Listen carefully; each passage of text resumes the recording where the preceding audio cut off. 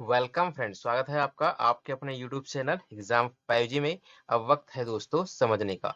MP GK की class number 24 है और आज की इस क्लास में हम मध्य प्रदेश के फेमस लोकगीत और लोक कलाकारों के बारे में बात करने वाले हैं। मध्य प्रदेश सामान्य ज्ञान की इस पूरी सीरीज में हम 4000 से अधिक प्रश्नों को कवर करेंगे। सभी के सभी प्रश्न एमसीक्यू के फॉर्मेट में होंगे और सभी प्रश्नों को हम कंसेप्ट और डिटेल जो चीजें जरूरी है उनके साथ में हम देखने वाले हैं। यदि हम अपनी इस क्लास की बात करें तो हमारी ये क्लास एमपी पीएससी प्रीलिम्स की जो तैयारी कर रहे हैं उन बच्चों के लिए, जो बच्चे एमपी पुलिस की तैयारी कर रहे हैं और व्यापम की अन्य एग्जाम की तैयारी कर रहे हैं जिसमें कि एमपी जीके का सिलेबस विशेष रूप से पूछा जाता है, वेटेज ज्यादा होता है, उनके लिए यह क्लास बहुत ही महत्वपूर्ण होने वाली है। आज की क्लास में आपको मजा आ जाएगा। अच्छे अच्छे प्रश्न मैं यहाँ पर आपके लिए लेकर आया हूँ। यह हमारी जो एमपी जीके की सीरीज है यह एमपीपीएससी 2020 यानी कि नए सिलेबस पर आधारित है। सभी प्रश्नों को हमने टॉपिक वाइज यहाँ पर लिया हुआ है। तो चलिए ज्यादा समय न लेते हुए शुरू करता हूँ। आज की इस क्लास का पहला प्रश्न है, मध्य प्रदेश के कौन से क्षेत्र में संत सिंगाजी गायन किया जाता है। ठीक है, जैसा कि आप देख रहे हैं यहाँ पे 4 ऑप्शन दिए हुए। तो जो बच्चों ने एमपी जीके का सिलेबस खत्म कर दिया है किसी भी रेफरेंस बुक से पढ़कर, तो वो हमारी इस क्लास को एक प्रैक्टिस सेट के तौर पर ले सकते हैं, क्योंकि सारे प्रश्न आपको इसी फॉर्मेट में मिलने वाले हैं। प्रैक्टिस सेट के तौर पर यूज करने के लिए आपको क्या करना है कि प्रश्न मेरे पढ़ने के बाद आपको वीडियो को पॉज कर देना है। सही जवाब आपको मन में सोचना है, या जैसा भी आप पेन पेपर लेकर बैठे हुए तो आपको लगा लेना है सही जवाब, और उसके बाद मैं आपको सही जवाब यहाँ पर बता दूंगा, है ना। मैं तो कंटिन्यू रहूंगा, आपको ही उसे पॉज करना पड़ेगा, इतनी मेहनत आपको करनी पड़ेगी। जिन बच्चों ने एमपी जीके का सिलेबस खत्म नहीं किया है पढ़कर, तो वो हमारी क्लास को ध्यान एकदम पूरे ध्यान से सुने, एक पेन और पेपर ले ले और नोट्स बनाते हुए चले, क्योंकि सारे प्रश्न टॉपिक वाइज आ रहे हैं तो आप नोट्स इजीली प्रिपेयर कर सकते हैं। ठीक है, प्रश्न पर आता हूँ। संत सिंगाजी के बारे में बात की जा रही है। इनका संबंध निमाड़ अंचल से है। ठीक है, किससे? निमाड़ अंचल से। तो संत सिंगाजी गायन निमाड़ अंचल में गाया जाता है। ऑप्शन नंबर ए इस सवाल का सही जवाब है। यदि हम संत सिंगाजी इनके पर्सनल की इनकी बात करें तो यह निर्गुण भक्ति धारा के कवि थे।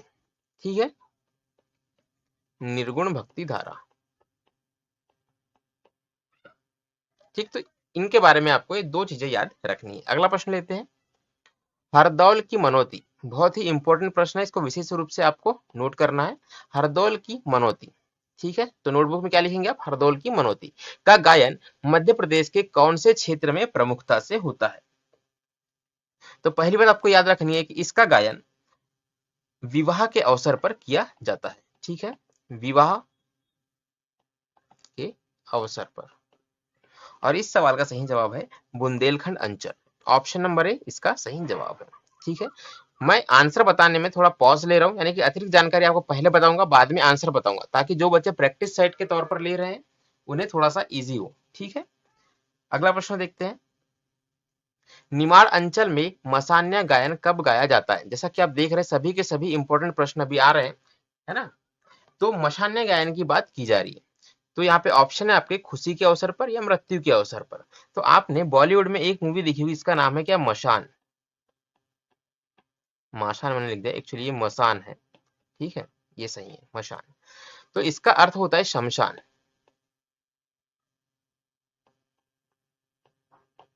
ठीक है, तो मृत्यु के अवसर से इसका संबंध है, ये मृत्यु के अवसर पर गाया जाता है। अगला क्वेश्चन देखते हैं। निमाड़ अंचल में नागपंथी गायन का प्रमुख वाद्य यंत्र कौन सा होता है।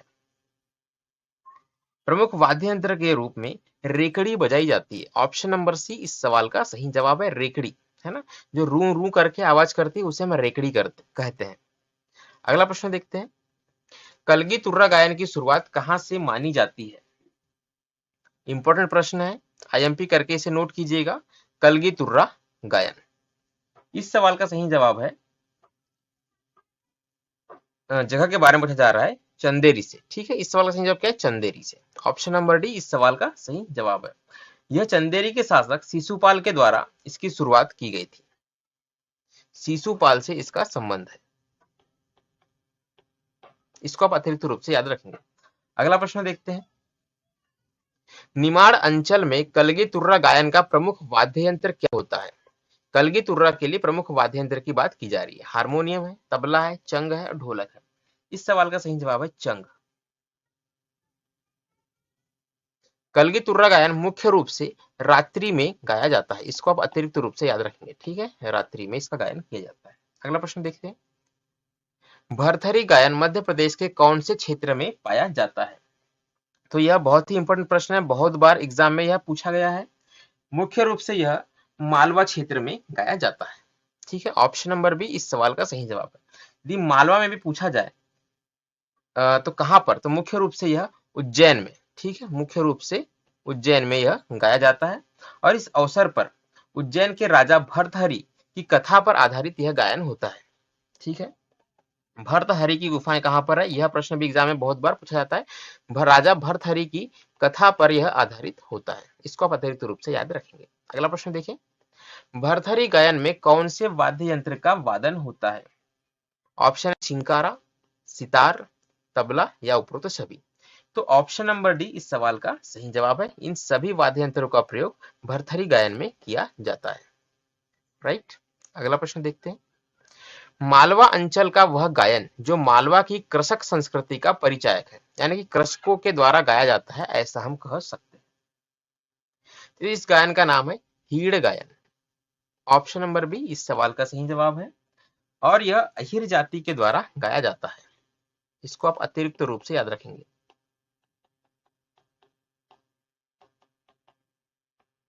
ठीक है, अहिर जाति के द्वारा यह गाया जाता है। अगला प्रश्न लेते हैं। अगला प्रश्न पढ़ने के पहले एक जानकारी, हमने इस मंथ के लिए 1000 सब्सक्राइबर का टारगेट रखा हुआ है, ठीक, और ये टारगेट आपको पूरा करना है, आपकी जिम्मेदारी है, आपके सपोर्ट के बिना यह पूरा नहीं होगा। जिस दिन यह टारगेट पूरा हो जाएगा उस दिन मैं MPPSC मेंस का कोर्स लॉन्च करने वाला हूं, ठीक है, मेंस का कोर्स। मेंस में आपको पता होगा टोटल 6 सब्जेक्ट्स होते हैं, इसमें से 3 सब्जेक्ट मैं यहाँ पर कवर करूंगा। कौन कौन से 3 सब्जेक्ट हैं ये भी रिवील नहीं कर रहा हूँ। यदि आपको ठीक लगा और आपका ऐसा लगा कि कमेंट आपके आए कि हमें बाकी सब्जेक्ट भी पढ़ना है, तो बाकी के 3 सब्जेक्ट्स भी कवर कर देंगे, ठीक है। MPPSC मेंस का कोर्स मैं आपको बता दूं कि अभी वर्तमान में यूट्यूब में किसी भी चैनल पर पूरा कोर्स नहीं डाला हुआ है, ठीक है। तो नए सिलेबस के हिसाब से हम कोर्स को कंप्लीट करेंगे। टारगेट रखेंगे 2022, है ना, 2021 तो जाहिर है, 2022 की PSC का हम टारगेट यहाँ पर रखेंगे मेंस के लिए। और प्री के लिए 2021 का टारगेट है, जैसा कि आपने स्टार्टिंग में देखा ही होगा, ठीक है। तो टारगेट पूरा कीजिए, कोर्स हम लॉन्च करेंगे जो कि बिल्कुल फ्री होगा, यूट्यूब पर पहली बार होगा, ठीक। लेते हैं अगला प्रश्न आपके लिए। मालवी लोकगीत गायक प्रहलाद सिंह टीपा माइया एक नाम है, ठीक है, प्रहलाद सिंह टीपा माइया, या आप सिर्फ प्रहलाद सिंह भी याद रख सकते हैं। मुख्यतः कौन सी गायन शैली के लिए जाने जाते हैं? तो यह मालवी मालवी भाषा में यह गीत गाते हैं, ठीक है, मालवी लोकगीत, जैसा कि यहाँ पर प्रश्न में दिया ही हुआ है, वह है निर्गुणिया लोक गायन, ठीक है, निर्गुणिया लोक गायन, ऑप्शन नंबर सी इस सवाल का सही जवाब है। अगला प्रश्न देखते हैं, रेलो गीत मध्य प्रदेश की कौन सी जनजाति में गाया जाता है? यह भी एग्जाम में आया हुआ क्वेश्चन है, इसको भी आप इंपॉर्टेंट करके नोट करेंगे, ठीक है, लिखेंगे रेलो गीत। यह भील और कोरकू जनजाति के युवक और युवती के द्वारा गाया जाता है, तो ऑप्शन नंबर ए इस सवाल का सही जवाब है। अगला प्रश्न देखते हैं, बुंदेलखंड में वीर रस प्रधान आल्हा गायन कौन से माह में होता है? ठीक है, आल्हा गायन कहाँ का है? यह बुंदेलखंड का पूछा जाता है एग्जाम में, इसी में आपको बता रहा हूँ। किस रस में होता है आल्हा गायन? वीर रस में होता है, ठीक है। आल्हा गायन में होता क्या है? तो आल्हा और उद्दल दो थे सेनापति, है ना, इन्होंने 52 युद्ध लड़े थे, तो इनके 52 युद्धों की गाथाएं इस गायन में गाई जाती है, ठीक है। और जो इन्हें गाते हैं, गाने वाले को हम अलहैद कहते हैं। क्या कहते हैं? अलहैद, ठीक है, इसको भी आप अतिरिक्त रूप से याद रखिए। माह की बात की जाए तो ये श्रावण माह में गाया जाता है, ऑप्शन नंबर बी इस सवाल का सही जवाब है। आई होप कि आपको इस सवाल से काफी सारी जानकारियां मिली होगी। जिन लोगों को लग रहा है कि मैं थोड़ा स्लो कह रहा हूँ, है ना, स्लो बोल रहा हूँ, तो मैं नोट्स बनाने वालों के लिए स्लो बोल रहा हूँ। आपको क्या करना है, आप यह वीडियो यूट्यूब पर देख रहे हैं, आपको जहाँ इस साइड में 3 डॉट ऐसे बने होंगे, है ना, या लाइन होगी, यहाँ पर आपको क्लिक करना है, यहाँ से आप स्पीड बढ़ा सकते हैं, इससे आप 1.25x कीजिएगा। क्या कीजिएगा? 1.25x, इस स्पीड में आपको मेरी आवाज बिल्कुल सही आएगी, ठीक है दोस्तों। अगला प्रश्न हम देखते हैं, बुंदेलखंड का वह लोक गायन जिसमें वाद्य यंत्र का प्रयोग नहीं होता, बिना वाद्य यंत्र के गाया जाता है, तो यह है भोला गीत या बम्बुलिया गीत, ठीक है, इसे हम भोला गीत के नाम से ज्यादा जानते हैं। ऑप्शन नंबर ए इस सवाल का सही जवाब है। अगला प्रश्न देखें, बुंदेलखंड अंचल में लमटेरा गीत किसके द्वारा गाया जाता है? पुरुष के द्वारा या महिलाओं के द्वारा? ठीक, या फिर ग्वालों के द्वारा या फिर किशोरियों के द्वारा? तो ऑप्शन नंबर बी इस सवाल का सही जवाब है, महिलाओं के द्वारा लमटेरा गीत का गायन किया जाता है। अगला प्रश्न लेते हैं, भोपे गायन जिसको कि हम पड़ बांचना के नाम से भी जानते हैं, किस क्षेत्र की गायन शैली है? यह दोस्तों मालवा अंचल की गायन शैली है। ऑप्शन नंबर सी इस सवाल का सही जवाब है। अगला प्रश्न देखें, बुंदेलखंड अंचल में देवारी गायन कौन सी जाति में प्रचलित है? देवारी गायन के बारे में पूछा जा रहा है। यह दिवाली के अवसर पर गाया जाता है। ठीक है, पहली तो बात आपको यह याद रखनी है कि यह कब गाता है? दिवाली के अवसर पर। दूसरी बात, यह यादवों के द्वारा, जो कि अहिर जाति के कहे जाते हैं, इनके द्वारा यह गाया जाता है। ऑप्शन नंबर ए इस सवाल का सही जवाब है। अगला प्रश्न देखिए, देशराज पटेरिया कौन से क्षेत्र के प्रमुख लोक गायक है? इंपॉर्टेंट प्रश्न है ना, एग्जाम में भविष्य में पूछा जा सकता है, अभी तक तो नहीं आया जहां तक मैंने पेपर देखा है। यह क्या है? एक प्रकार के लोक गायक है। एग्जाम में ऐसा भी क्वेश्चन पूछा जा सकता है कि देशराज पटेरिया यह कौन है? क्रिकेटर है, लोक गायक है, नाट्य कलाकार है, इस टाइप से, है ना। तो लोक गायक है, आपको यह याद रखना है। क्या पूछा जा रहा है कि किस क्षेत्र से है? तो यह बुंदेलखंड अंचल से संबंध रखते हैं। ऑप्शन नंबर बी इस सवाल का सही जवाब हो जाएगा। अगला प्रश्न देखते हैं, संजो बघेल कौन से लोक गायन से संबंधित है? तो यह एक प्रकार से आल्हा गायन से संबंधित है ना। आल्हा मतलब कि आल्हा और उद्दली कथाएं, इसका यह गायन करती है। तो इनका संबंध कहां से हो गया? इनका संबंध हो गया बुंदेलखंड से। संजो बघेल का संबंध किस स्थान से, यह भी पूछा जा सकता है। इस कंडीशन में आप बुंदेलखंड का नाम याद रखेंगे या फिर आप आल्हा गायन भी याद रखेंगे तो आप इजीली इसे शॉर्ट कर पाएंगे। अगला प्रश्न देखिए, बिरहा गायन मध्य प्रदेश के किस आंचलिक क्षेत्र की प्रमुख पहचान है? यह इंपॉर्टेंट प्रश्न है, एग्जाम में बहुत बार पूछा गया है। बिरहा गायन आईएमपी कर इसे नोट करेंगे। ठीक है, पहली बात आपको इसमें यह याद रखनी है कि बिरहा गायन प्रश्नोत्तर शैली में होता है। ठीक है, यह आपको विशेष रूप से याद रखना है। और बघेलखंड इस सवाल का सही जवाब है, ऑप्शन नंबर बी। अगला प्रश्न देखते हैं, बघेलखंड की हरबोले जाति के द्वारा गाया जाने वाला प्रमुख लोक गायन कौन सा? जब भी किसी विशेष जाति की बात की जाती है तो वह प्रश्न अपने आप ही इंपॉर्टेंट हो जाएगा। ठीक है, हरबोले जाति के द्वारा, इनके द्वारा बसदेवा इसका गायन किया जाता है। ऑप्शन नंबर सी इस सवाल का सही जवाब है। इन्हें हम हरबोले जाति के इन गायकों को हम सरमन गायक के नाम से भी जानते हैं। सरमन गायक, है ना, इस नाम से भी हम इनको जानते हैं। यदि पूछा जाए कि सरमन गायक किस प्रकार का गायन करते हैं, तभी आपका आंसर क्या होगा? बसदेवा गायक। अगला प्रश्न लेते हैं, मध्य प्रदेश का अंचल फाग गायन के लिए सर्वाधिक प्रसिद्ध है, यानी कि फाग का गायन कहां पर होता है, किस अंचल में होता है? जैसा कि मैंने आपको अपनी पिछली क्लास में बताया था, यहाँ पर क्या करना है कि मध्य प्रदेश का मैप, जब भी हमारी क्लास आप ले, मध्य प्रदेश का मैप आप साथ में लेकर बैठे, इसको ऐसे 4 पार्ट में या फिर ऐसे गोले लगाकर आप इन्हें क्या कर ले, वर्गीकृत कर ले कि कौन सा अंचल बुंदेलखंड है, कौन सा बघेलखंड है, कौन सा मालवा है, कौन सा नर्मदा का क्षेत्र है, इस प्रकार से। और जब आप नोट्स बना रहे हो, है ना, तो जो मैं आपको बोलता हूँ वहां पर ही ऐसे आप तीर लगा करके उसे नोट्स के रूप में लिख दिया कीजिए। इससे क्या होगा, आपको चीजें लंबे समय तक याद रहेगी या मोटा मोटा आपको एक आइडिया रहेगा कि किस क्षेत्र से इसका संबंध है। ठीक है, जिलों की बात जब आती, जब ऑप्शन में जिले पूछे जाते हैं ना, तो उस कंडीशन में ये ट्रिक आपको बहुत मदद करती है क्वेश्चन को सॉल्व करने के लिए। ट्राई कीजिएगा, अच्छा लगे तो कंटिन्यू कीजिए, नहीं लगे तो कोई बात नहीं है ना। तो मध्य प्रदेश अंचल का फाग गायन की बात की जा रही है, तो यह बुंदेलखंड अंचल में होली के टाइम पर गाया जाता है। ऑप्शन नंबर ए इस सवाल का सही जवाब है। इस समय पर लोक कवि ईशुरी की फाग गीतें गाई जाती है। ठीक है, एक लोक कवि है, इनका नाम क्या है? ईशुरी। इनकी फाग रचनाएं हैं वह गाई जाती है। ठीक, अगला प्रश्न देखें, बघेलखंड का वह लोक गायन जिसमें मोरध्वज एवं राजा कर्ण की कथाओं का गायन होता है। पहली बात तो आपको यह पता होना चाहिए कि बघेलखंड कौन सा हिस्सा है। ठीक है, तो उसे आप देखिएगा और उस स्थान से टिक मार्क करके आप नोट्स प्रिपेयर कीजिए, ये मैं कहना चाहता हूँ। तो बांस गीत इस सवाल का सही जवाब है। ठीक है, बास गीत इस सवाल का सही जवाब है। अगला प्रश्न देखें, निमाड़ अंचल की कौन सी गायन शैली को नारदीय भजन कहा जाता है? नारदीय भजन के नाम से किसे जाना जाता है? तो संत सिंगाजी गायन को ही नारदीय भजन के नाम से जाना जाता है। ऑप्शन नंबर ए इस सवाल का सही जवाब है। अगला प्रश्न देखें, अब यहाँ से जो प्रश्न आ रहे हैं, यहाँ पर हम संगीत के बारे में बात करेंगे और संगीतकारों के बारे में बात करेंगे। इसका मतलब ये है कि अभी तक जो क्लास चल रही थी, है ना, तो वह मतलब प्रैक्टिस चल रहा था आपका, समझ लीजिए, है ना। मेन पिक्चर जो है वो अभी चालू हो रही है ना, अभी तक तो हम भूमिका बांध रहे थे, पिक्चर जो है अभी शुरू होगी। अब यहाँ से जो प्रश्न आएंगे वह ज्यादा इंपॉर्टेंट है, वो बहुत बार एग्जाम पूछे गए, है ना। तो आप देखिएगा, प्रश्नों को देखकर आपको खुद ही अंदाजा लग जाएगा। प्रश्न मैं लेता हूं, भारतीय शास्त्रीय संगीत में मध्य प्रदेश के वे संगीत घराने जिनका अविस्मरणीय योगदान रहा है वह कौन से? कहने का मतलब ये है कि मध्य प्रदेश में कौन कौन से संगीत घराने हैं, ये पूछ रहा है क्वेश्चन में। ठीक है, तो क्वेश्चन का मतलब भी आपको समझना आना चाहिए। तो ग्वालियर घराना है, मैहर घराना है और इंदौर घराना है। तो सभी मध्य प्रदेश के जिलों के नाम है, इजीली आप इसको बता सकते हैं कि ऑप्शन नंबर डी इस सवाल का सही जवाब है। सभी घराने कहाँ के? मध्य प्रदेश के हैं। अगला प्रश्न देखते हैं, भारतीय शास्त्रीय संगीत में पूरे भारत की बात की जा रही है, मध्य प्रदेश के किस संगीत घराने का सर्वाधिक योगदान रहा है?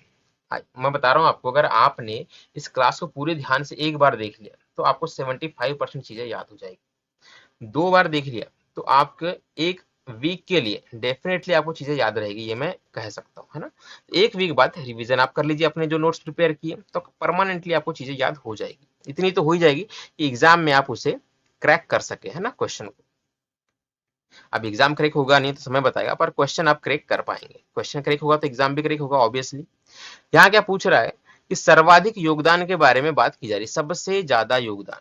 सबसे ज्यादा योगदान किसका रहा है? तो ग्वालियर घराना इस सवाल का सही जवाब है, ऑप्शन नंबर ए। ठीक है, ग्वालियर घराने के कुछ कवि है जिनके इंपॉर्टेंट नाम है, मैं आपको बता देता हूँ कौन कौन कवि जो है या कौन कौन गायक संगीतकार यहाँ से संबंधित है, उसके बारे में बताता हूँ। सबसे पहले तो हमारे मियाँ तानसेन, राइट। इनका संबंध कहाँ से? ग्वालियर घराने से। अब मैं जो भी लिखूंगा आगे में, सबका संबंध ग्वालियर घराने से होगा। एक नाम आप याद रखेंगे, बैजू बावरा, और आपने सारे नाम कहीं ना कहीं सुने होंगे, है ना। एक नाम है हाफिज अली,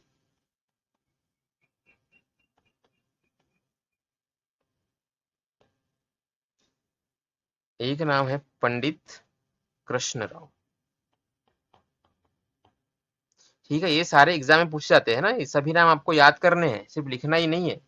एक है राजा भैया, ये नाम तो आपको याद हो जाएगा, है ना। इनके पीछे लगानी है आपको पूछ, राजा भैया पूछ वाले, ये इनका पूरा नाम है। तो इन सभी का संबंध ग्वालियर घराने से रहा है। अगला प्रश्न देखते हैं, भारतीय शास्त्रीय संगीत की ध्रुपद गायन शैली का प्रमुख आविष्कारक किसे माना जाता है? रिपीटेड क्वेश्चन है, पिछली क्लास में हमने इसको डिस्कस किया हुआ है। पिछली मतलब जस्ट पिछली नहीं, पुरानी क्लासेस में, है ना, इसको हमने डिस्कस किया हुआ। जिन्होंने देखी है कमेंट बॉक्स में वीडियो पॉज करें, इसका आंसर बताएं। मैं आपको इसका सही आंसर बताता हूँ। सही आंसर है मानसिंह तोमर, राजा मानसिंह तोमर। ऑप्शन नंबर है इस सवाल का सही जवाब है। मृगनयनी कौन है? इनकी पत्नी है, राइट। तानसेन और बैजू बावरा को तो आप जानते ही है। राजा मानसिंह तोमर के द्वारा एक किताब लिखी गई है, इसका भी नाम एग्जाम में पूछा जाता है, इसका नाम है मान कौतूहल। ठीक है, सेम सेम नाम है, मानसिंह मान। ठीक है, तो ऐसे भी आप इसको याद रख सकते हैं, एक बार पढ़ लेंगे एग्जाम में आपको याद आ ही जाएगा। अगला प्रश्न मैं लेता हूं, ग्वालियर में स्थापित राजा मानसिंह तोमर संगीत विश्वविद्यालय की स्थापना किस सन में हुई थी? एग्जाम में क्या क्वेश्चन आएगा, आपने ये क्वेश्चन पढ़ के चलेगा, एग्जाम में क्वेश्चन आएगा राजा मानसिंह तोमर संगीत विश्वविद्यालय कौन से जिले में स्थित है? ठीक है, तो ऑप्शन क्या है आपके पास? ग्वालियर, इसका सही जवाब। सन के बारे में पूछे तो सन है ऑप्शन नंबर सी, वर्ष 2008, राइट। यहाँ पर भारतीय शास्त्रीय संगीत की शिक्षा दी जाती है, डिग्री और डिप्लोमा दोनों ही प्रकार के कोर्सेज किए जाते हैं। जिनका इंटरेस्ट हो शास्त्रीय संगीत में, जाकर एडमिशन ले सकते हैं। अगला प्रश्न देखते हैं, मध्य प्रदेश में शंकर गंधर्व संगीत महाविद्यालय किस स्थान पर स्थित है? शंकर गंधर्व संगीत महाविद्यालय, यह भी ग्वालियर में ही स्थित है। ऑप्शन नंबर ए इस सवाल का सही जवाब है। यदि इसकी स्थापना की बात की जाए तो पंडित कृष्ण राव, पंडित कृष्ण राव, इनके द्वारा इस संगीत महाविद्यालय की स्थापना की गई। इनके पिता का नाम क्या था? इनके पिता का नाम था शंकर राव, है ना। शंकर गंधर्व तो इस विद्यालय का नाम है, शंकर राव इनके पिता का नाम था, पंडित कृष्ण राव के पिता शंकर। ओके, तो आपको इनका नाम याद रखना है बस। अगला प्रश्न मैं लेता हूं, ग्वालियर के शासक राजा मानसिंह तोमर के राज दरबार में कौन से संगीतकार को राजा से प्राप्त था? यहाँ पर है स्वामी हरिदास, बैजू बावरा, तानसेन, कर्ण और बख्शू। ऑप्शन नंबर डी इस सवाल का सही जवाब है, इन सभी को राजा से प्राप्त था। अगला प्रश्न मैं लेता हूं, संगीत सम्राट तानसेन का जन्म कहां पर हुआ था? वेरी इंपॉर्टेंट क्वेश्चन है, एग्जाम में यह पूछा जा चुका है। ठीक है, तानसेन के जन्म के बारे में बात की जा रही है। तो इनका जन्म होता है सन 1506 में। कब होता है? 1506 में। स्थान है बेहट गांव, Gwalior. Option number B is the right answer. अगला प्रश्न लेते हैं, तानसेन का वास्तविक बचपन का नाम क्या था? अगेन जो प्रश्न है यह भी इंपॉर्टेंट है। इनके बचपन का नाम था रामतनु पांडे। ठीक है, रामतनु पांडे। आपको एक विशेष बात मैं बताता हूँ, तानसेन जी जो थे संगीतकार, महान संगीतकार, है ना, संगीतकार नहीं, महान संगीतकार। यह बचपन में हकलाते थे। क्या करते थे? हकलाते थे। अब हकलाने वाला इतना अच्छा गायन कैसे कर सकता? तो इनके गुरु हुए जिनका नाम था सूफी संत मोहम्मद गौस। इन्होंने बचपन में इन्हें संगीत की शिक्षा दी थी। तो इन्होंने ऐसी शिक्षा दी कि इनके हकलाहट जो है, हकलाहट की प्रॉब्लम दूर हो गई और यह अच्छा संगीत गायन करने लगे। ठीक है, यह चीजें बहुत कम लोगों को पता होगी, आई थिंक, है ना। जिन लोगों को पता नहीं थी कि ये बचपन में हकलाते थे, लाइक करो, देखते हैं कितने लोगों को नहीं पता है। अगला प्रश्न देखते हैं, संगीत सम्राट तानसेन ने किससे संगीत शिक्षा प्राप्त की थी? तानसेन ने किस किस से शिक्षा प्राप्त की, यह पूछा जा रहा है। तो इन्होंने अपनी प्रारंभिक शिक्षा मोहम्मद गौस से प्राप्त की। किससे? मोहम्मद गौस से प्रारंभिक शिक्षा, राइट। उसके बाद सबसे ज्यादा शिक्षा इन्हें स्वामी हरिदास के द्वारा दी गई। ऑप्शन नंबर ए, हरिदास के द्वारा क्या दी गई? सबसे अधिक समय तक, यानी कि जब ये युवा हो रहे थे उनके द्वारा। तो इसमें हम यहाँ में प्लस साइन लेते हैं ना, कि अधिक शिक्षा इनको दी गई, सर्वाधिक शिक्षा इन्होंने इससे प्राप्त की। साथ ही कुछ समय तक इन्होंने रानी मृगनयनी से भी शिक्षा प्राप्त करी है, जब यह मानसिंह के दरबार में थे। तो इस प्रकार से ऑप्शन नंबर डी इस सवाल का सही जवाब हो जाएगा। अगला प्रश्न देखते हैं, तानसेन ने रानी मृगनयनी की एक दासी थी जिसका नाम था हुसैनी, इनसे निकाह कर लिया था, है ना। तो उसके बाद इन्होंने अपना नाम क्या रखा था, यानी परिवर्तित नाम के बारे में पूछा जा रहा है। तो विवाह के बाद इन्होंने अपना नाम अता अली खां, ऑप्शन नंबर बी, रख लिया था। अगला प्रश्न देखते हैं, संगीत सम्राट तानसेन का वह पुत्र जिसने संगीतज्ञ बनकर अपने पिता के यश, सम्मान और कीर्ति में वृद्धि की, राजा बेटा जो था, उसके बारे में पूछा जा रहा है। उसका नाम है दोस्तों विलास खान। ऑप्शन नंबर डी इस सवाल का सही जवाब है। यह इनकी दूसरी पत्नी का पुत्र था जिसका नाम था सरला सेन, है ना। पहली पत्नी जो थी उनका पुत्र नहीं था, दूसरी पत्नी का पुत्र था। बाकी ये सभी जो है ये इनकी पहली पत्नी के पुत्र थे, राइट। तो ये भी जो है तीनों नाम अ, ब और स, यह तानसेन के ही पुत्रों के नाम है। अगला प्रश्न देखते हैं, संगीत सम्राट तानसेन सर्वप्रथम किस शासक के राजाश्रय में रहकर अपनी संगीत की प्रस्तुति दिया करते थे? बहुत ही इंपॉर्टेंट प्रश्न है, ठीक है, बहुत ही इंपॉर्टेंट है। जिन्होंने हिस्ट्री पढ़ी है उनको इस प्रश्न का जवाब देना चाहिए, मुझे, मेरा ऐसा मानना है। बहुत ही डीप में मैं आपको ये बताऊंगा। जब तानसेन ने अपनी शिक्षा दीक्षा संगीत की पूरी कर ली तो सर्वप्रथम इन्होंने शेरशाह सूरी के पुत्र दौलत खां के यहाँ पर राजस्व प्राप्त किया था। ऑप्शन नंबर ए इस सवाल का सही जवाब है। ठीक है, सर्वप्रथम पूछा जा रहा है इसलिए दौलत खां। उसके बाद इन्होंने रीवा के महाराज रामचंद्र के यहाँ आश्रय प्राप्त किया, सेकंड नंबर में। ठीक, पहले नंबर में दौलत खां, सेकंड नंबर में रामचंद्र। और उसके बाद आपको पता होगा अकबर के 9 रत्नों में से यह एक हुए। तो तीसरा जो राजाश्रय मिला इनको, वह कहां पर मिला? अकबर के, यानी कि मुगल सम्राट अकबर के यहाँ पर मिला। अगला प्रश्न देखते हैं, मुगल शासक अकबर ने संगीत सम्राट तानसेन को आगरा आमंत्रित करने हेतु किस व्यक्ति को रीवा के राज दरबार में भेजा था? ज्यादा इंपॉर्टेंट नहीं है, फिर भी आप इसका नाम याद रखिएगा। जलाल उनका नाम था, जो कौन थे? अकबर के दूत थे। अगला प्रश्न देखते हैं, संगीत सम्राट को कंठवाणी भरण विलास की उपाधि से किसने सम्मानित किया था? यह उपाधि इन्हें मुगल शासक अकबर के द्वारा दी गई थी। ऑप्शन नंबर सी इस सवाल का सही जवाब हो गया था। अगला प्रश्न देखिए, संगीत सम्राट तानसेन द्वारा रचित संगीत रचनाएं कौन सी है? संगीत रचनाओं के बारे में पूछा जा रहा है, सभी को याद रखना है। मियाँ की टोड़ी, मियाँ की सारंग, दरबारी कानरा, ये सभी की सभी तानसेन मियाँ की रचनाएं हैं। अगला प्रश्न देखें, संगीत सम्राट तानसेन को संगीत निपुणता सर्वाधिक किसमें हासिल थी, मतलब सबसे अधिक किसमें निपुण थे, यह पूछा जा रहा है। तो आपने सुना होगा कि जब संगीत सम्राट तानसेन संगीत का गायन करते थे तो बुझे हुए दीपक भी जल उठते थे। उस राग का नाम था दीपक राग, और वही इस सवाल का सही जवाब है, उसमें इन्हें महारत हासिल थी। अगला प्रश्न देखें, संगीत सम्राट तानसेन की मृत्यु कहाँ हुई थी, सबसे ज्यादा गलत होने वाला क्वेश्चन है ना, और इंपॉर्टेंट इसीलिए क्योंकि सबसे ज्यादा गलत होता है। मृत्यु कहाँ पर हुई थी यह पूछा जा रहा है, तो इनकी मृत्यु होती है आगरा में। ऑप्शन नंबर सी इस सवाल का सही जवाब है। यदि इनके मकबरे की बात करें तो मकबरा इनका है ग्वालियर में, ठीक है, यानी कि यहाँ पर ग्वालियर में इनको दफनाया गया था, इनकी इच्छा के अनुरूप। मृत्यु आगरा में हुई थी, दफनाया इनको ग्वालियर में गया था। समझ गए आप, याद रखेंगे। अगला प्रश्न देखते हैं, प्रसिद्ध संगीत उस्ताद अलाउद्दीन खां मूलतः किस राज्य से संबंधित थे। अलाउद्दीन खां का जन्म त्रिपुरा में होता है और त्रिपुरा से संबंधित थे। ऑप्शन नंबर सी इस सवाल का सही जवाब है, ठीक है। यदि गांव का नाम भी पूछा जाए तो गांव का नाम था शिवपुर। अगला प्रश्न देखें, उस्ताद अलाउद्दीन खां के बचपन का नाम क्या था। इनके बचपन का नाम आलम था। ऑप्शन नंबर ए इस सवाल का सही जवाब है। इनका उपनाम क्या था ये पूछा जाए, ठीक है, या तो इनके बचपन का नाम हुआ, उपनाम क्या था इनका, तो इनको लोग बाबा कहकर पुकारते थे। इनका संबंध किससे था, तो इनका संबंध था मैहर घराने से। मैहर घराने से इनका संबंध था। अगला प्रश्न देखें, उस्ताद अलाउद्दीन खां के संगीत गुरु कौन थे, ठीक है। यह है हाबू दत्त जो कि कोलकाता में थे, उस्ताद वजीर खां जो कि रामपुर के थे, उस्ताद अहमद अली खां यह भी रामपुर के थे। तो ये सभी के सभी यानी कि तीनों से अलाउद्दीन खां ने संगीत की शिक्षा प्राप्त की थी। हाबू दत्त से इन्होंने, ठीक है, हाबू दत्त से इन्होंने वायलिन बजाना सीखा। क्या सीखा, वायलिन। उस्ताद वजीर खां से इन्होंने सरोद वादन सीखा, सरोद बजाना। और उस्ताद अहमद अली खां से इन्होंने शहनाई बजाना सीखा। तो ये तीनों इक्विपमेंट जो है यह बजा सकते थे, राइट।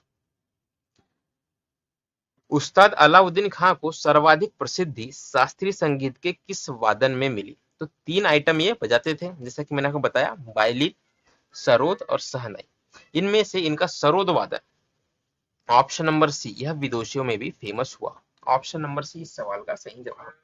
अगला प्रश्न देखें, उस्ताद अलाउद्दीन खां मध्य प्रदेश के मैहर कब आए, किस सन में मैहर इन्होंने आए यह पूछा जा रहा है। तो ये रीवा के शासक हुआ करते थे ब्रजनाथ सिंह, उनके आग्रह पर 1914 में यह मैहर आ गए। ऑप्शन नंबर बी इस सवाल का सही जवाब हो जाएगा। मैहर आए, यहाँ का एटमॉस्फेयर इनको जमा, जगह जम गई, यहीं पर बस गए। अगला प्रश्न देखें, उस्ताद अलाउद्दीन खां ने कौन से संगीत वाद्य यंत्र का आविष्कार किया है। सूर सितार, चंद सारंग और जल तरंग। जल तरंग को किस नाम जानते हैं हम, जाइलोफोन, है ना। जल तरंग को क्या कहते हैं, जाइलोफोन। तो ये इसका सही जवाब नहीं है। ऑप्शन नंबर डी इस सवाल का सही जवाब है। इन सभी यंत्रों को अलाउद्दीन खां ने आविष्कार किया है। अगला प्रश्न देखिए, मध्य प्रदेश का वह प्रसिद्ध संगीतकार जिसने मैहर बैंड की स्थापना की। यह बहुत ही विशेष नाम है ना, प्रीलिम्स के लिए भी और मेंस के लिए भी। तो मेंस का समझ के मैं आपको यहाँ डिटेल बता रहा हूँ। मैहर बैंड के बारे में पूछा जा रहा है, ठीक है। तो सिंपल है इसका जवाब, उस्ताद अलाउद्दीन खां के द्वारा इसकी स्थापना की गई थी। क्यों की गई थी ये बात आप सुनिए। आपको पता होगा कि प्रथम विश्व युद्ध हुआ था, ठीक है।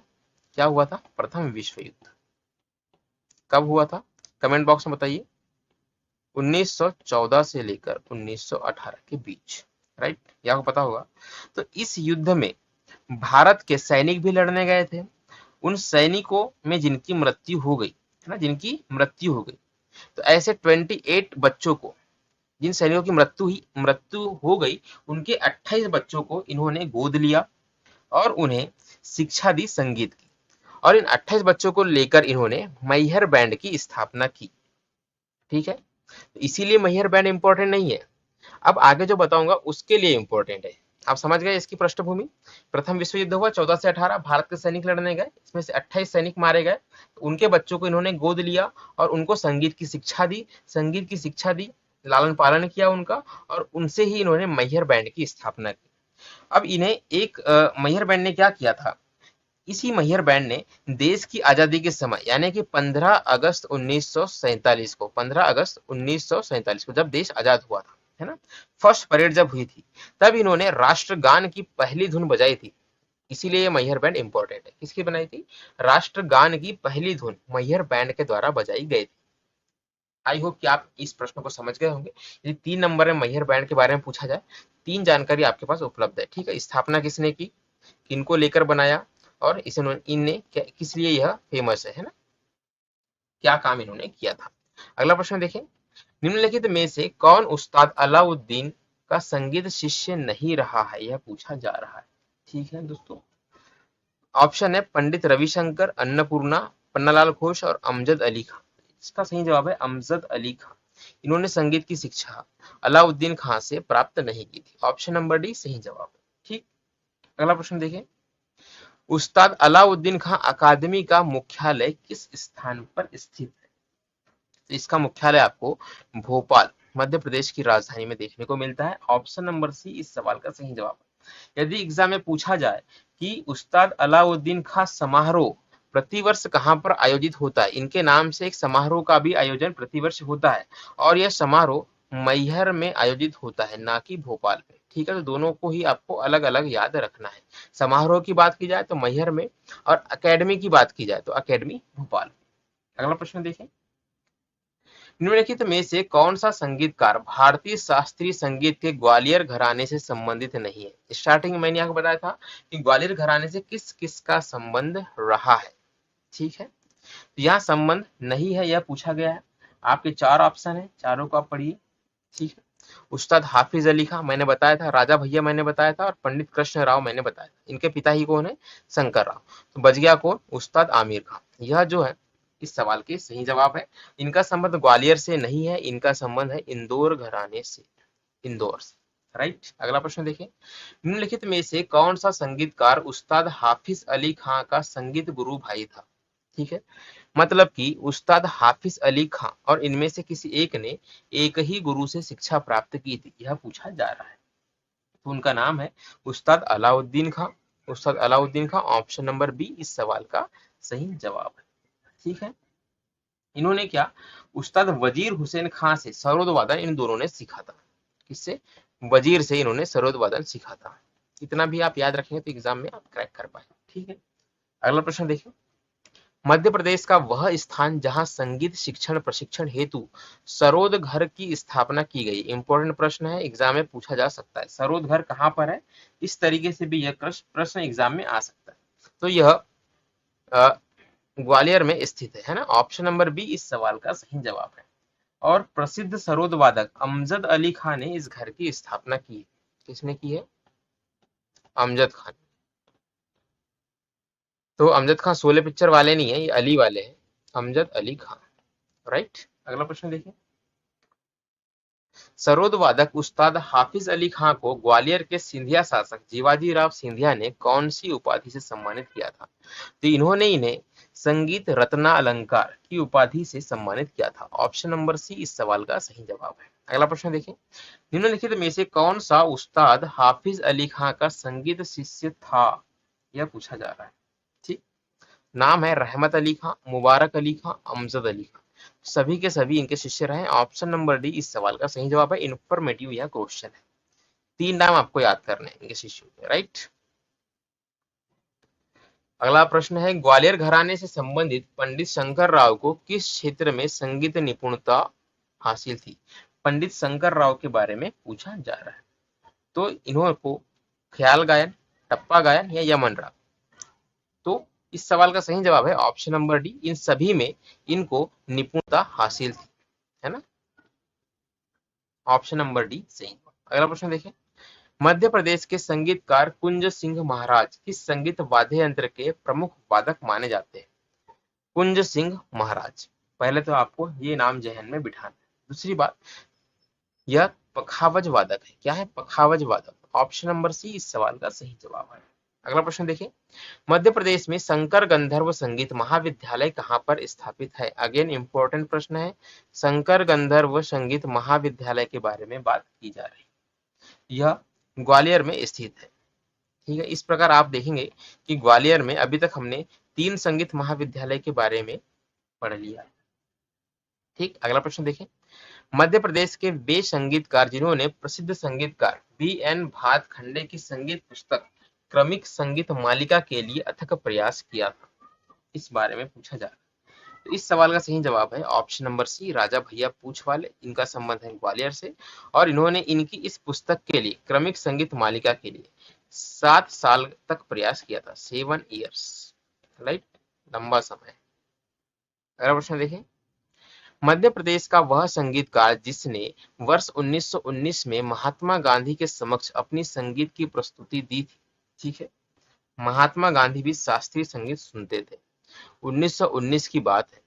ठीक है, तो ध्यान देने वाली बात यह है कि जब महात्मा गांधी संगीत सुन रहे थे तो उस वक्त तक, यानी किस डेट पे हुआ था आयोजन मुझे तो नहीं पता, पर सोचने वाली बात यह है कि उस समय तक 1919 में कांड हुआ था, आपको याद होगा जलियांवाला बाग हत्याकांड, है ना, तो वह हुआ था अथवा नहीं हुआ था। अगर उसके पहले सुन लिया हो शास्त्रीय संगीत तो ठीक है, अगर बाद में सुना हो तो आई होप नहीं सुनना चाहिए था, मेरे ख्याल से थोड़ा गम बनता है, अभी टाइम नहीं है संगीत सुनने का। ठीक है, चलिए प्रश्न पर आता हूँ। इस सवाल का सही जवाब है पंडित कृष्ण राव, ऑप्शन नंबर। संबंध कहाँ से है? तो ग्वालियर घराने से इनका संबंध है, कृष्ण राव का। बार बार क्यों बता रहा हूँ? ताकि आपको चीजें याद हो जाए, राइट। शंकर राव मैंने कहा था क्या? कृष्ण राव, सॉरी कृष्ण राव। ठीक, अगला प्रश्न देखिए, ग्वालियर घराने के संगीतकार पंडित कृष्ण राव ने कौन सी संगीत पुस्तक की रचना की है? संगीत सार सरगम, संगीत राग अलाप संचारी, तबला वादन और हारमोनियम वादन। तबला कैसे बजाएं और हारमोनियम कैसे बजाएं, इन सभी की रचना इनके द्वारा की गई है। ऑप्शन नंबर डी सही जवाब हो जाएगा। अगला प्रश्न लेते हैं, प्रसिद्ध संगीतकार कुमार गंधर्व मूलतः किस राज्य से संबंधित थे? अगेन इंपॉर्टेंट है, यह मूलतः कर्नाटक राज्य से संबंधित थे। ऑप्शन नंबर सी इस सवाल का सही जवाब है। अगला प्रश्न लेते हैं, वह संगीतकार से संगीत का कबीर कहा जाता है। संगीत का कबीर, है ना, उल्हाना दी, मतलब कि क्या कहना चाहिए, उल्हाना नहीं है यार, उपमा दी गई है, तो इसलिए यह प्रश्न क्या हो गया, इंपॉर्टेंट हो गया। तो कुमार गंधर्व इस सवाल का सही जवाब है, संगीत का कबीर कुमार गंधर्व। और क्यों फेमस थे ये? यह थे त्रिवेणी गायन के लिए फेमस थे। त्रिवेणी गायन यह एक विशेष गायन शैली। ठीक, त्रिवेणी गायन का संबंध किससे? कुमार गंधर्व से हो गया। अगला प्रश्न देखिए, मध्य प्रदेश का वह संगीतकार जो इंदौर घराने से संबंधित है, यह पूछा गया है। तो मैंने आपको स्टार्टिंग बता दिया था, सॉरी मैंने आपको ग्वालियर घराने के बारे में बताया था। ठीक है, अभी यहाँ बात चल रही इंदौर घराने के बारे में। तो उस्ताद आमिर खां, यह प्रश्न भी रिपीट हुआ है, उस्ताद आमिर खां का संबंध किससे है? तो ग्वालियर घराने से। राजा भैया पूछ वाले, यार ग्वालियर ही आ रहा है बार बार। उस्ताद आमिर खां इंदौर घराने से, राजा भैया ग्वालियर घराने से, पंडित शंकर राव ग्वालियर घराने से, राइट। अगला प्रश्न देखते हैं, देवास स्थित संगीत साधना स्थली भानुकुल किस संगीतकार से संबंधित है? सीधा सीधा प्रश्न है, इस सवाल का सही जवाब है Kumar Gandharva. Option number B इसका सही जवाब। अगला प्रश्न देखिए, प्रसिद्ध भारतीय शास्त्रीय संगीत से संबंधित ग्रंथ नर्तन सर्वस्वम एवं ताल तोय निधि की रचना किस संगीतकार ने की है? तो इनकी रचना राजा चक्रधर सिंह ने की है और इनको एक अन्य नाम से भी जानते हैं, नृत्य सम्राट। इसको आप याद रखना है ना, नृत्य सम्राट, नृत्य सम्राट राजा चक्रधर सिंह। बाकी जो प्रश्न में है वो तो आपको मैंने बता ही दिया है। अगला प्रश्न देखें, अब यहां से रंगमंच एवं रंगकर्मी के बारे में प्रश्न पूछे जाने वाले। ठीक है, रंगमंच क्या होता है? जहां पर प्लेस किए जाते हैं, यानी कि नाटक किए जाते हैं। ठीक है, आजकल इसी नाटक का जो परिवर्तित जो रूप है वह आपने टीवी में जो आते हैं ना सीरियल्स, उसे ही हम नाटक कहते हैं। और इसमें काम करने वालों को रंगकर्मी, एक्टर्स को रंगकर्मी हम कहते हैं, राइट। रंगकर्मी क्या है? एक्टर्स है। जैसे कि अमिताभ बच्चन है एक्टर, अमिताभ बच्चन क्या है? तो रंगकर्मी है, राइट। प्रश्न लेते हैं, रंगमंच से संबंधित नाट्यशाला ललित एवं कला मंदिर, थोड़ा सा गलत छप गया, इसका पूरा नाम है ललित कला मंदिर, मध्य प्रदेश के कौन से शहर में स्थित है?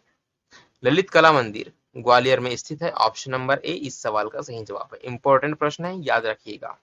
अगला प्रश्न है कि ग्वालियर में रंगमंच स्थल, जिसको कि बैजा ताल के नाम से जाना जाता है ना, यह किसने निर्मित करवाया था? यह जीवाजी राव सिंधिया के द्वारा निर्मित कराया गया था। ऑप्शन नंबर सी इस सवाल का सही जवाब है।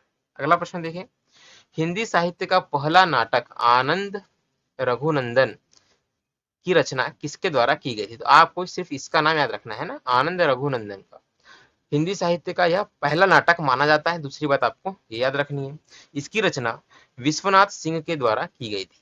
Vishwanath Singh, option number C इस सवाल का सही जवाब है। अगला प्रश्न देखिए, विश्वनाथ सिंह का संबंध कहाँ से है? तो इनका संबंध था, यहाँ नोट कीजिएगा, इनका संबंध बघेलखंड है ना, रीवा रियासत से इनका संबंध है। रीवा रियासत बघेलखंड। भोपाल स्थित रविंद्र भवन की स्थापना कब हुई थी? इंपॉर्टेंट है, विशेष रूप से याद रखना है।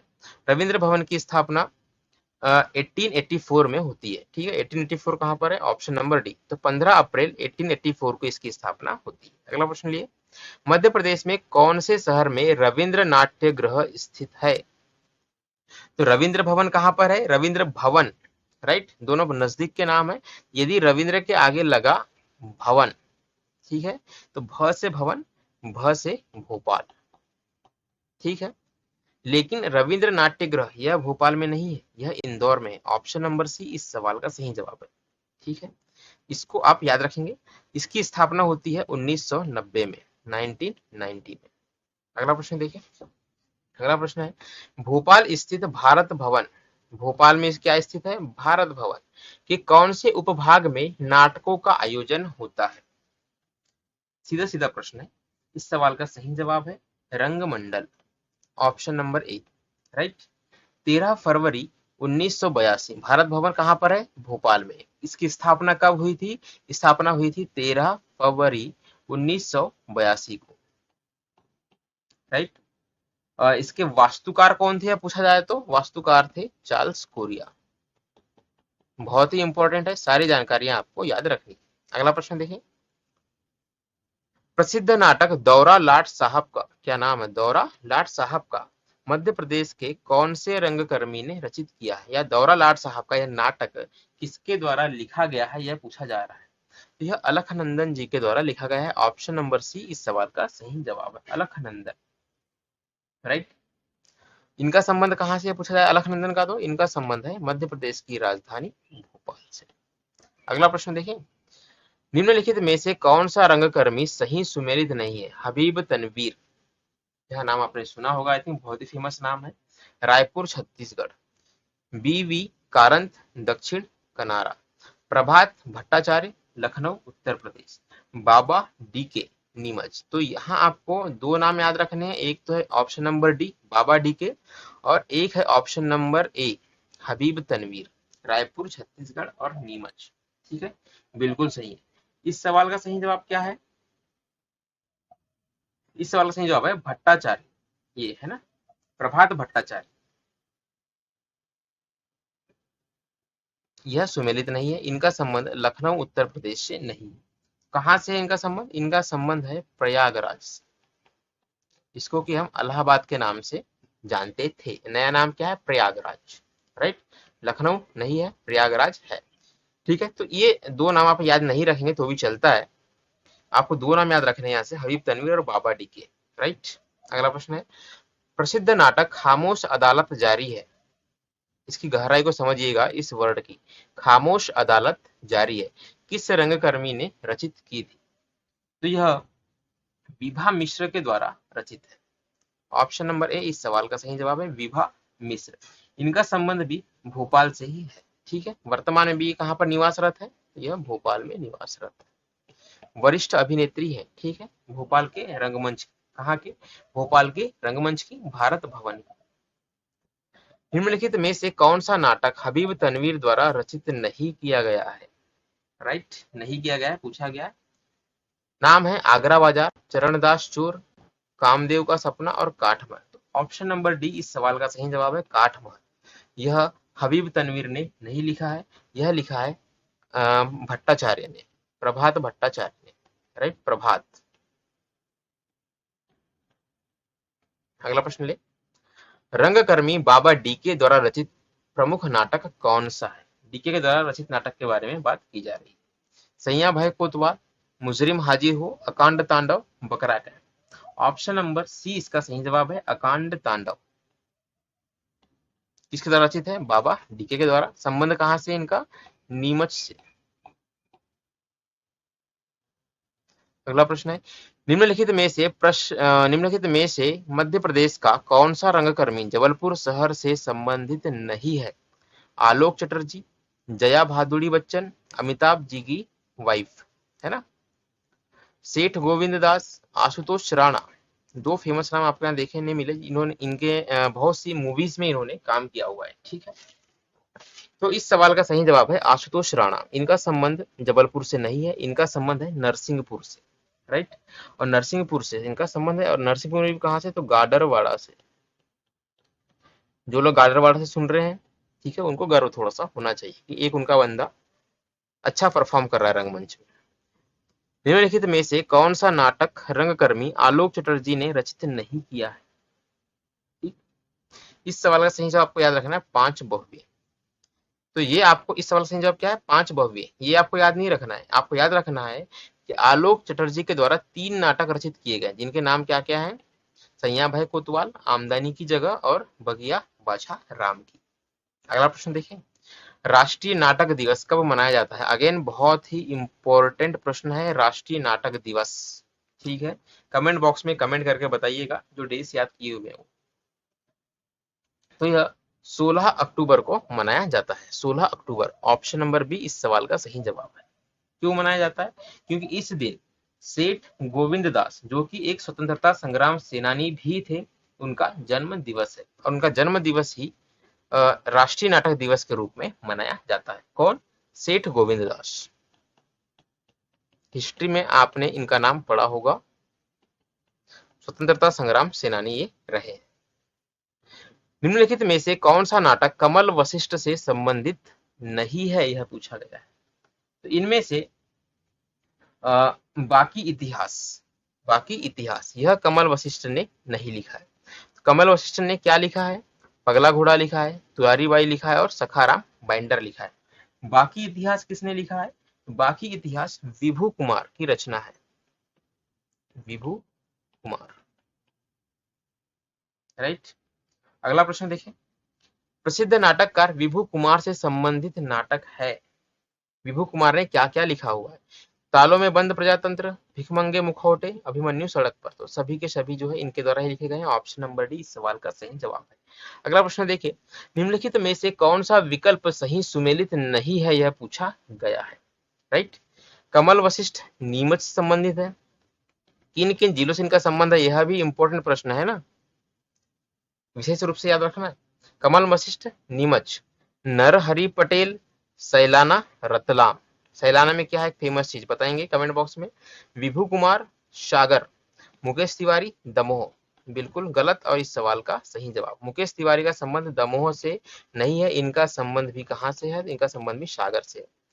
जब भी मुकेश तिवारी का नाम आता है, मेरे मन में दो किरदार याद मुझे आते हैं, इनमें से दोनों को आप जानते होंगे। एक तो है वसूली भाई के नाम से आप इनको जानते हैं, मुकेश तिवारी को इस नाम से, वसूली भाई,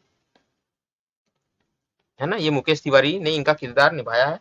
मूवी का नाम अभी मुझे याद नहीं आ रहा है, इसको याद पता हो कमेंट बॉक्स में कमेंट करके बताइएगा। इनका संबंध है सागर से। एक और इनका फेमस किरदार है जो मुझे पर्सनली बहुत पसंद है, एक मूवी है 123, यह मूवी का नाम है 123। इसमें इन्होंने एक किरदार निभाया मुकेश तिवारी ने, ठीक है। वो किरदार मुझे बहुत पसंद है ना। किरदार का नाम ये है, अजीब सा नाम है, अजीब सा क्या मतलब, पापा नाम है। पापा वैसे किसी का नाम नहीं होता है, पापा तो अपने पापा को ही कहा जाता है ना। तो ये किरदार का नाम था इनके, राइट। अगला प्रश्न देखते हैं, निम्नलिखित में से कौन सा विकल्प सही सुमेलित नहीं है, यह पूछा जा रहा है, ठीक है। कमल वशिष्ठ पगला घोड़ा की मतलब कि पगला घोड़ा जो है कमल वशिष्ठ की रचना है। अभिमन्यु सड़क पर विभू कुमार की रचना है। कर्तव्य सेठ गोविंद दास की रचना है। सैया भाई कोतवाल प्रभात भट्टाचार्य की रचना है।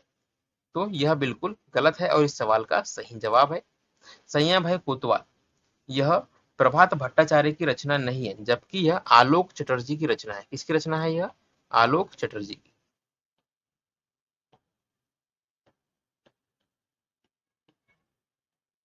ठीक, अगला प्रश्न देखते हैं। मध्य प्रदेश के वे रंगकर्मी यानी कि वे कलाकार, रंगकर्मी का मतलब क्या, कलाकार, जिन्होंने इंदौर के जन नाट्य संघ एवं यवनिका के माध्यम से लगभग 40 वर्षों तक लोकमंच पर जननायक के रूप में अभिनय किया है। 40 वर्षों तक एक ही किरदार निभाया भाई साहब। कौन है? जिनका नाम है कमल वशिष्ठ। कमल वशिष्ठ बहुत ही इंपॉर्टेंट नाम है। इनका संबंध कहाँ से है? तो इनका संबंध इंदौर से है, ये आपको याद रखना है। ठीक है, और 40 वर्षों से जननायक के किरदार निभा रहे हैं। अगला प्रश्न देखिए। फिल्मी दुनिया में हास्य कलाकार अभिनेता जगदीप का निधन हो गया 2020 में। वे मध्य प्रदेश के किस शहर से संबंधित थे? तो रिसेंटली इनका निधन हुआ है और करंट अफेयर संबंधित न्यूज है, तो यह बहुत ही ज्यादा इंपॉर्टेंट हो जाती है। जगदीप, इनको एक अन्य नाम से हम जानते हैं, जिन्होंने 16 मूवी देखी होगी, है ना। इसमें इन्होंने किरदार निभाया था सूरमा भोपाली का, बहुत ही फेमस किरदार है सूरमा भोपाली। अब आपको क्लियर हो गया होगा इनका चेहरा, आपको याद आ गया होगा जगदीप, राइट। इनके अगर पुत्र की बात की जाए तो इनका पुत्र का नाम है जावेद जाफरी।